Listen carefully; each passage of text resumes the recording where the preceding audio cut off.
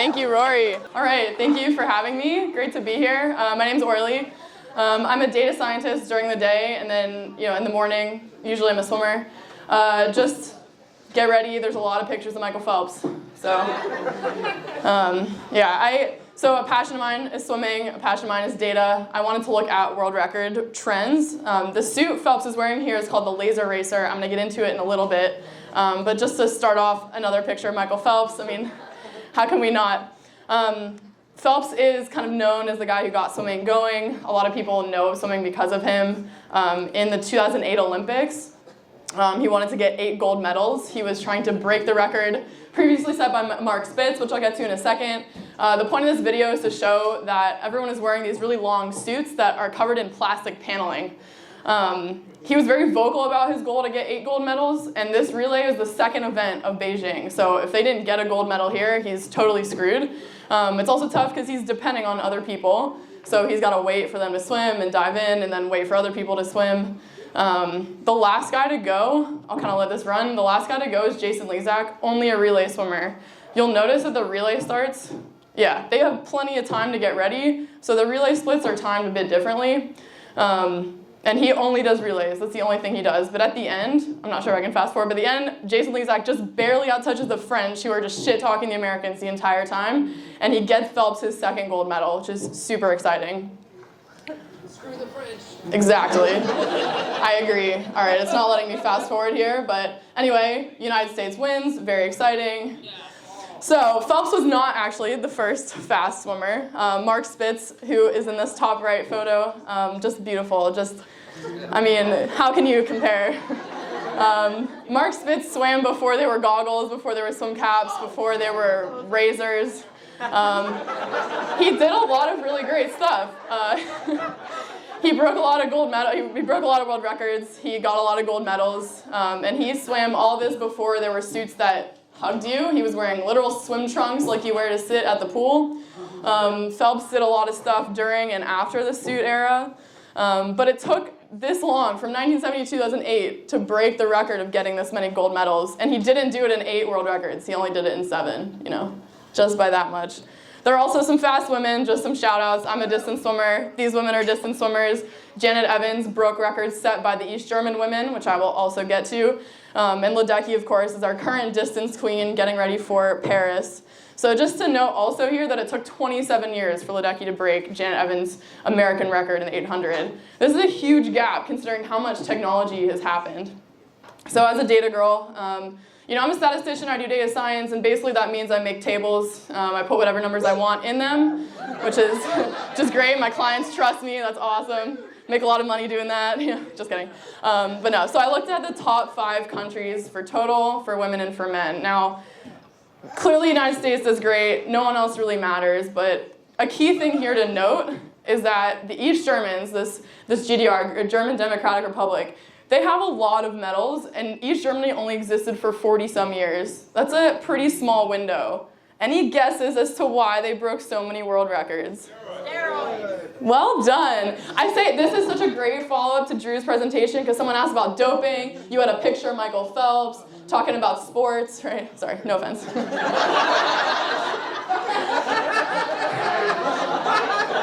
I had to.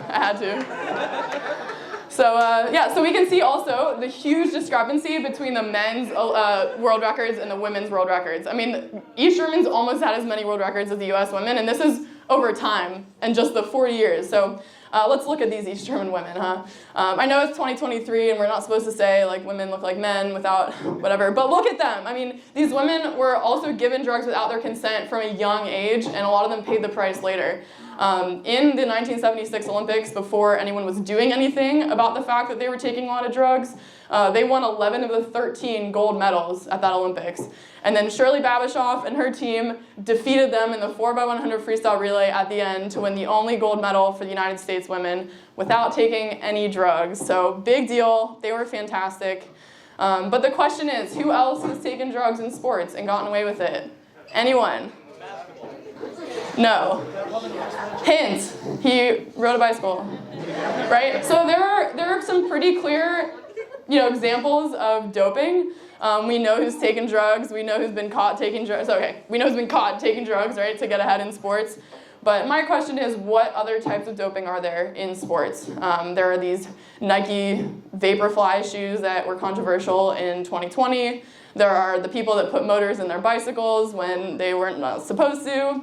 And back to swimming, I don't mean to throw shade on Missy Franklin, but there is some controversy over the nose clip. Now, us lowly people who don't wear nose clips blow bubbles out when we do our flip turns, and Missy's like, no, I'm gonna be cool, I'm gonna wear a nose clip. Also, no shade on my dad, who's here, because he also wears a nose clip sometimes. But it's fine, I'm faster than him.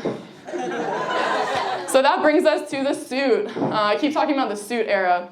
I'm going to get to the timeline in a second, but this suit came out in 2008. It existed for about 2 years before it was banned. And look at it. I mean, it's so sleek. Amanda Beard looks fantastic. She could just swim right through water and not have it, be on top of her. She could just float around and do whatever she wants. So in 2004, NASA literally wanted to use rocket science with Speedo, sponsored, by the way. To make a suit that reduced drag. And the way they did that was put this plastic paneling on. They reduced the seams that were on the bathing suits, and it was released in 2008. In the first month, there were 13 world records broken, which is insane. And by World Championships in 2009, I mean, this is a crazy number of world records. Just in 2009, 43 were broken at Worlds. Contrary to popular belief, there are swim events outside of the Olympics. One of those meets is called the World Championships. And by the end of 2009, it was banned because people considered it technological doping. And it was actually in the news, which is crazy because people don't really know that swimming is a thing.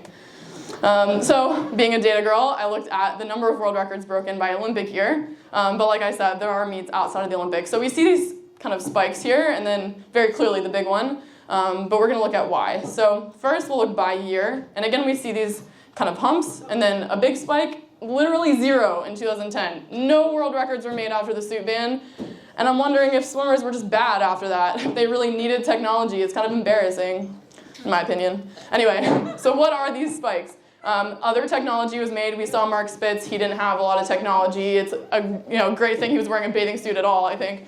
But we had touch pads. So another great thing Drew introduced, a stopwatch. That's what they were using, right? They were touching the wall, stopwatch. There's a little bit of error there. Now you can touch the wall, and the timer will know. Goggles were introduced in '76, and then of course the super suit. Now we also see this cluster of a lot.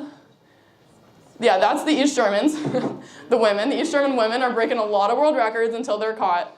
Right, so the question is, can people actually be good at swimming and sports in general without doping? Is the suit doping? Not sure. So I looked at the world records broken in just the 200 am. I love the 200 am. It's butterfly, backstroke, breaststroke, freestyle. It's a quick event. You get to see all of them. Super fun. You'll see here that there's this little dot. The blue one's Katinka Hosu from Hungary. Well, we won't talk about her today, but that orange one it's the best rivalry in swimming. It's Michael Phelps and Ryan Lochte. How could you not love them? This race was at the 2011 World Championships, and Lochte broke the world record in the 200 am. Super exciting. Phelps is pissed. That world record still holds today. This is a post-suit ban record. He was just wearing a regular bathing suit. It wasn't covering his whole body, no plastic paneling, just Ryan Lochte out there. Our favorite underdog. Best TV show that's ever existed. I never watch it, I don't know. But that begs the question, are there other world records that still stand from the suit era? There's a bunch of men's records that are still there. I put Cesar Cielo up there because he's really pissed that his record was just broken. This guy on the bottom, David Popovici from Hungary, he just broke it, and he is after that 50 free. This is a big deal. So these are all records set with the super suit. And there's only one left for the women. And I don't like to be a feminist about it, but I think women are just better. We've broken more world records without technology. So, of course, the queen, Federica Pellegrini, still holds her 200 free. Not sure how much longer. But, Phelps, this isn't a video with the super suit. He's just wearing a regular wetsuit. But they literally had Phelps race a shark. I just had to throw this in here if I'm talking about Michael Phelps. I think it's just the most ridiculous thing in the world. He doesn't win. Spoiler alert, I'm sorry. But I'm not gonna let the whole thing go because it's absurd. But Phelps did a lot for the sport. He did a lot for Shark Week. He did a lot for swimming. It's an awesome thing. Speedo decided that Caleb Dressel, who's one of the best sprinters in the world at the moment, we'll see if he comes back to Paris Olympics, he is really, really fast at swimming, and they wanted to make him the paneled suit, the illegal suit, and see if he could break a record in the 50 short course meters freestyle, so 25-meter pool. For those of you who don't know meters or what they use everywhere else, here we use yards, it's silly. Anyway, he's going to do 50 meters, so he's going to go down and back. I'm also not going to let this one run. I'm just going to have it up here so that anyone who wants to watch these videos can get in touch with me later. But he doesn't do it. So this is one of the fastest spinners. He has other world records, but he doesn't do it with a super suit. So this kind of brings us back to maybe there are people that are really good at sports and they don't need technology, but he also doesn't get the world record, so who knows. Today, they're wearing bathing suits that don't cover everything. The rules changed. There's Katie Ledecky, there's Michael Andrew, two of the better swimmers in the world at the moment. Men can only wear suits from their waist to their knee. Women can only wear from their shoulder to their knee. They have to have seams. There's a lot of discussion about doping.